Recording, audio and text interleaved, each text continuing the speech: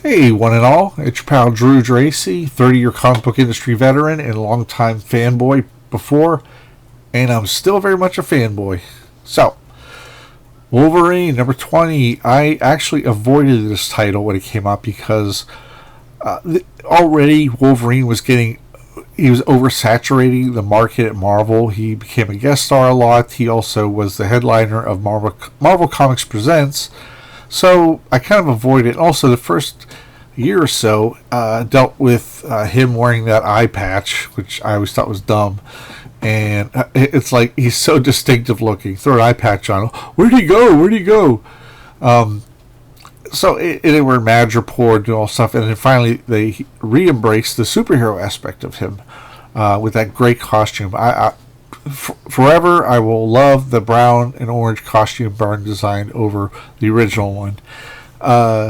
Issue 20, and it's a part of an Acts of Vengeance crossover, which was terrific fun, and it's kind of a throwback to classic superhero stuff. Like when Jim Shooter was editor-in-chief, there was a lot of grim and gritty stuff, which some of it was good, some of it was just, So, but Tom DeFalco came along, and he kind of embraced that there were superheroes again, and this Acts of Vengeance crossover, it basically was a bunch of villains saying, hey, you fight my guy, I'll have someone fight your guy, and the pawns, the people like Tiger Shark. And even by then, it was old. Like in 1980, there was an issue of X-Men where, a couple issues before Dark Phoenix, where these robots come in, or cyborgs, and they just, right towards the end, Wolverine and Storm and Colossus decide to switch foes, and then they win. And the same thing happened to first John Byrne, written and penciled and inked issue of Fantastic Four. So, but it's fun, who cares if it's been done before, as long as it's done right. Tiger Shark is badass. Always liked him. Great visual. And so we go to Miracles. Written by Archie Goodwin. John Byrne breakdown artist. Klaus Janson, my man. Finishing artist. AKA inker. And more details.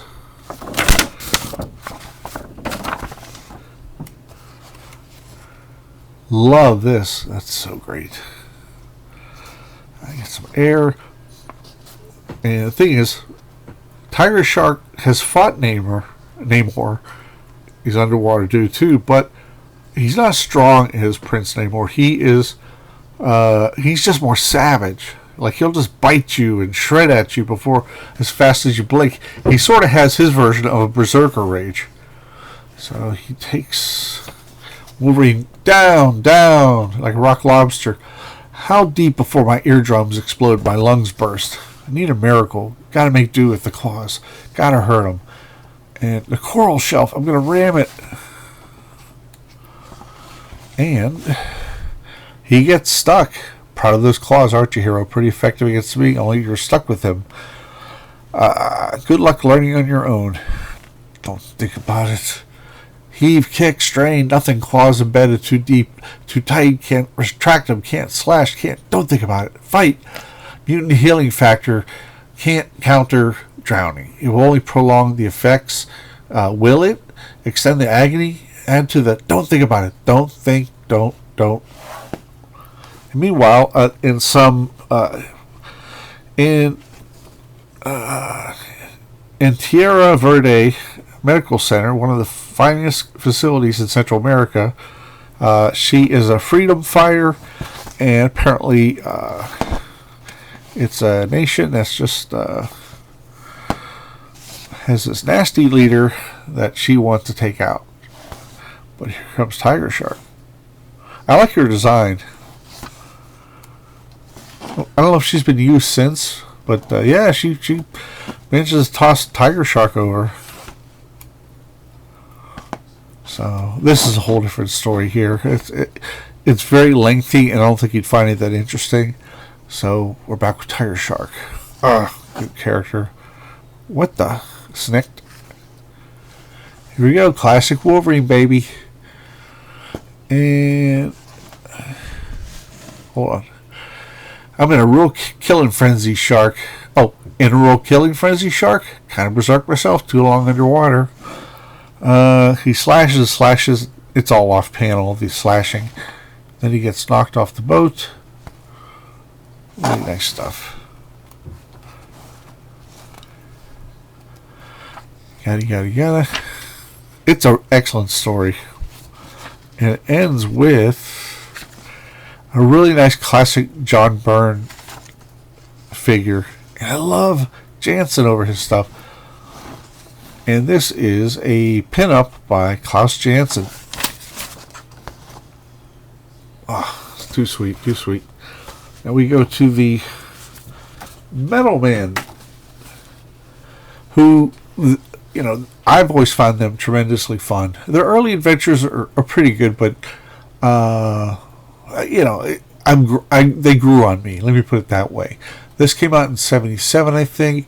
This says, now, the X Effect. I don't think it was necessarily a parody of the X-Men, because that sort of stuff didn't really happen in comics. And for at the time, like in another couple years, as X-Men becomes the #1 seller, then there were all these parodies. And E-Man from First Comics, Walt Simonson, baby, doing the art. The ubiquitous Jerry Conway is the writer and editor, which is basically a writer that says, I don't want to be edited.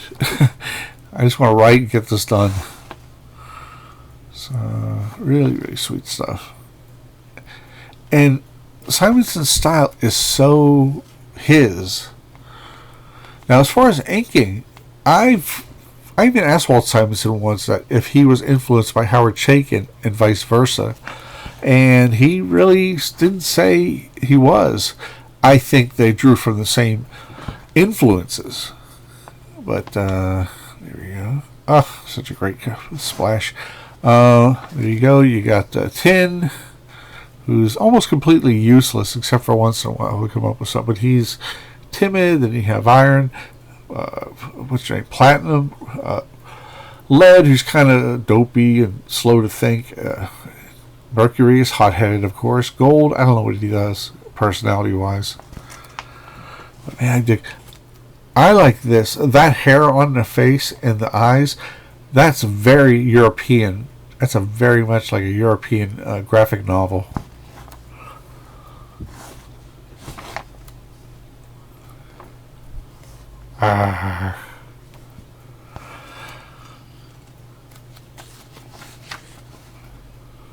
I love this guy here.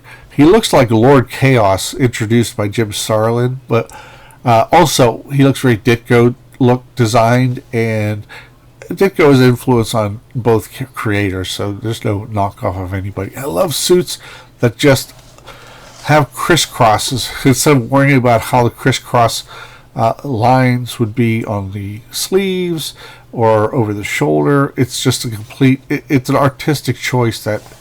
It's great. I love it. I love it. I love it.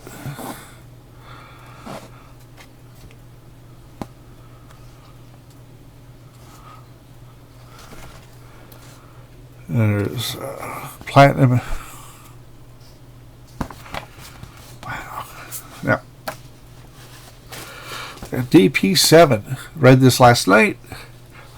Part of the new universe. In the new universe, what it is Marvel's higher-ups, they wanted to make more money, and they said, well, we want you to do another company within a company. We want you to do a new universe that's separate from Marvel that we can use for IPs, intellectual property, for TV and movies, even though that was a horrible prospect back then. Yeah, most TV movies just sucked because there was no CGI available.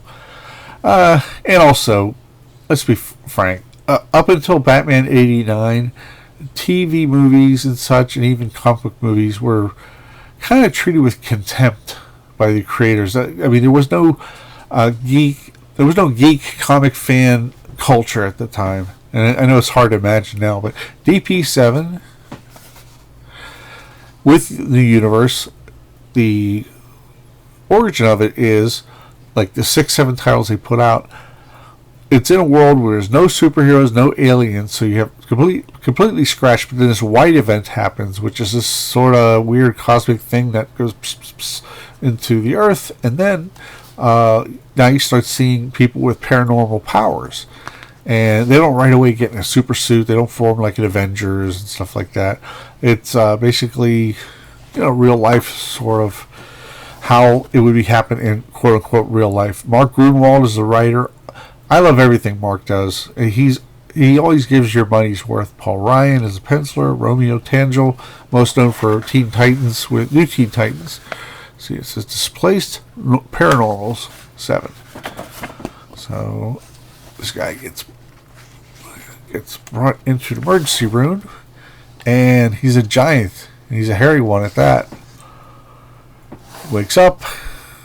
He's like, I don't want to be here. What's going on? He's horrified. He's in a lot of pain, and he's angry and acting just violent.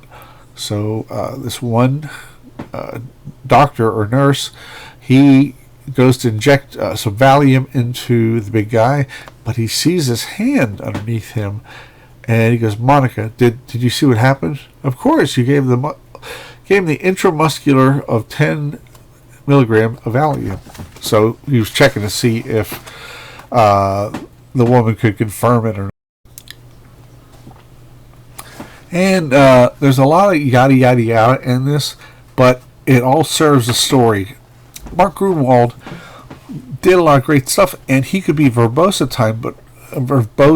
at times, but every sentence had a reason, and it's just great. His writing is so great, but you gotta strap yourself in. It's gonna take a while to read, and you won't regret it. That's the great thing about it. You're not gonna.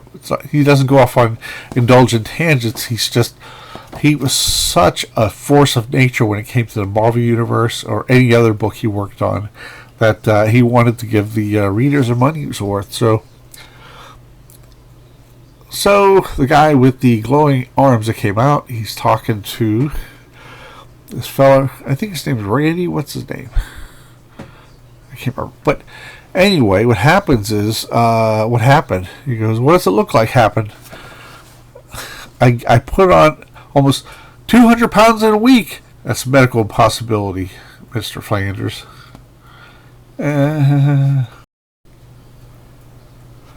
So the doctor says, what happened?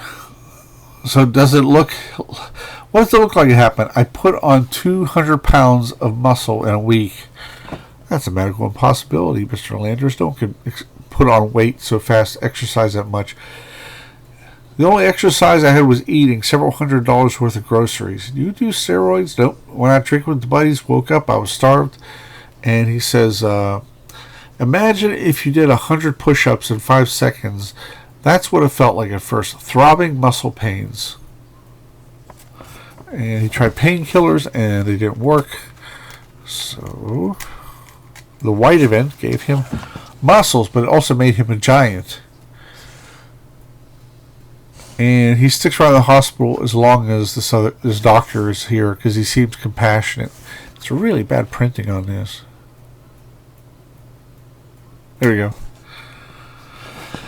And the head of the hospital's having a fit. It's like, I'm going to send him elsewhere. He said, it's not going to happen again. You better shape up. And all of a sudden, the Spirit Force comes out, and our doctor says, no, stopping the Spirit Force from touching him. Shouting at me? That's it, O'Brien, your days are numbered. So he reads the article about paranormals. And I think this was done also in, I think it was repeated in Valiant Comics Harbinger #1. So they go to this clinic. It's a very special clinic with people like special powers, kind of like Professor X's School for Gifted Youngsters. And we have a variety of characters with a variety of powers. And like I said, the printing is so bad. And I'm not, like I said, I'm not a snob when it comes to printing, but a lot of the line work's just dropping. And this gal can stick to walls like Spider-Man and or she can make things slick. So combination of the two. And this one kid is he's constantly moving. He's like the Flash, but with too much coffee. He just kind of jitters. And so much stuff goes on, and it all makes sense. It's really, really good. They get all this treatment for their paranormal abilities, but there is suspicion coming along. Like, what, are these guys really into helping us, or I don't trust them. I just don't, and especially because our friend who has the ability to do that shadow being, he also touches people and almost does a mind meld. And then he goes off and he mind melds with other people who it finds people that it knows would help the cause, the other patients. So they break free. Whee! Really, really good, okay? Now, I couldn't read this. I love it. Jerry Ordway did the pencils and inks. Roy Thomas went crazy on this, but it's fun, but I really couldn't make it through. It's very dense, and beautiful artwork there. His Ordway has like a Wally Wood quality to his line work, except even sharper.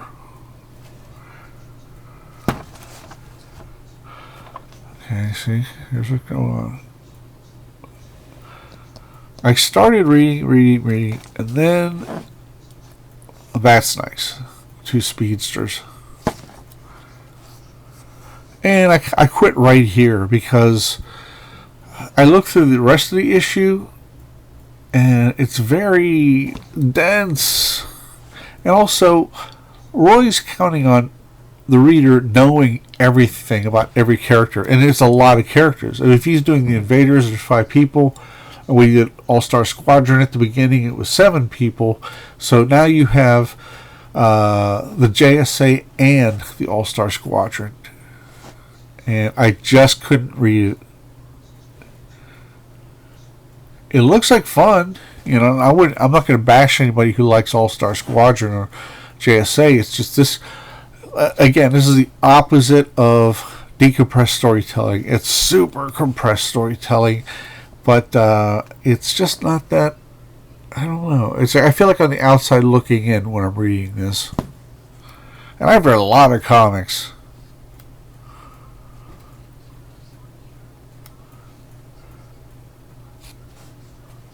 I first recognized Ordway when he did the early issues of this book after Rich Buckler left. What's she doing here? And what is she? Who is she? See what I'm saying?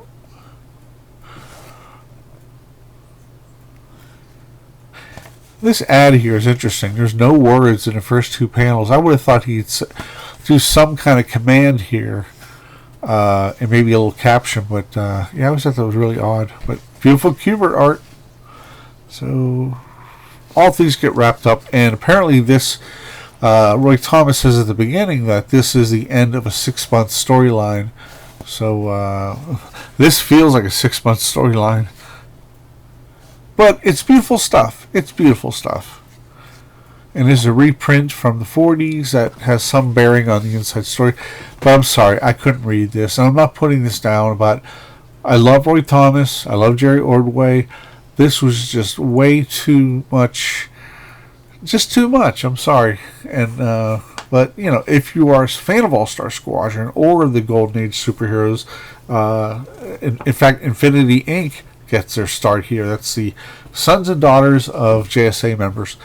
But it just, I just couldn't hang in there.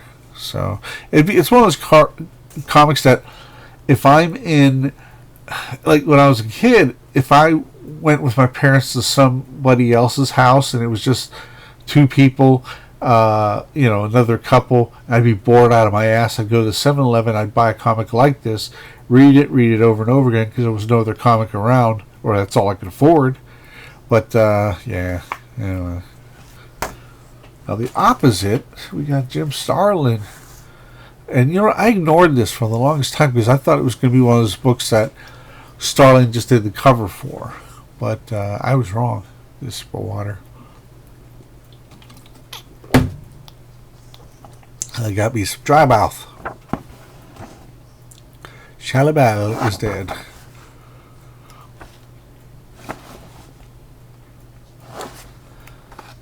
And Jim gets the reader up to speed. That's really cool. Those designs. I love that. A little bit of Kirby jazz going on there. This focus is much better because the printing is so much better. Here's Pip the Troll. How he managed to stay alive all these years, I'll never know because he was always a pain in the ass. Getting into trouble. So, photostat. But who cares? It looks great. Some people say, oh, you know, you cheat us out. No. It's just a great... You know, it's not like it's throughout the book. Even if he did it 2 or 3 times, it gets the story moving. We're not worried about buildings. Out on Monster Island. Do-do-do. Do-do-do. Do-do-do-do-do. I love this. The resurrected Warlock, he has a sinister streak to him. Which, yeah, it fits in with the character who he was a tortured soul. He died at the hands of Thanos. And he came back, and he's more wary, and he's sort of... it looks like a transition into what would become the Magus, is who he would become eventually, which Starlin showed in the 70s comic. But Warlock knows a lot of stuff, and he's manipulative, and the costume change is really great. The upgraded costume that Starlin gave him. Really enjoyable.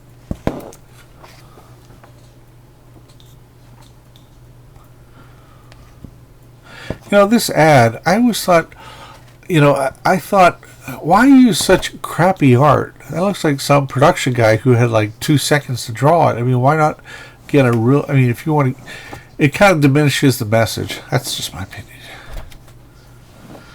So, lots of cool stuff going on. And it's inked by Jim Starlin as well. One thing I didn't like about this era was the Destroyer turned into basically the Hulk. He became really stupid and short-tempered. And at the time, the Hulk, written by Peter David, got Bruce Banner's intelligence. So I guess Drax was like a Hulk, representative, or whatever you call it. And I didn't like it. It didn't line up with what he was in the beginning of his introduction, where he was bitter and angry that Warlock killed, or the Captain Marvel also killed Thanos. I like that. Zing, zing, zing. Into the Void. That's a great Ace Frehley song. Look at that. Woo-wee. And here we go. Jim Starlin, writer, artist. Ian McLaughlin, colorist. So, really, really good. Now I got to buy the rest of them. Unless they're in a trade paperback or so. But I was thrilled with this. Nice way to end. You know, it's like having dessert. So, real quick, this show is made possible by commissions. I'd like to do some inking commissions. This was over Barry Kitson, Image of Cable. A lot of fun. Cover recreations. I do them 11 by 17. I throw everything in there to trade dress. This is a sketch I did on a backing board for comics. When I go to shows, I will bring a bunch of backing boards that you put in the sleeve, and then you put the comic to protect it. And I bring them, and I do like a fairly quickie sketch like this, and I do it for $30. And if you order one, I'll charge $5 for shipping. Here's another. Here's a comic sketch cover with Wonder Woman. I'll do it. Can you tell I like doing hair? And here's another piece I inked over some artist who I don't know who he is, but he's really good. Recreation of Hulk 181. Come on, come on, come on. I got more, I know I do. Sketch cover of Absolute Carnage. Man, I loved doing him. He was a lot of fun. So, if you're interested, contact me at drewgeracycomics@gmail.com. And I wish all of you the very best, and I will see you next time.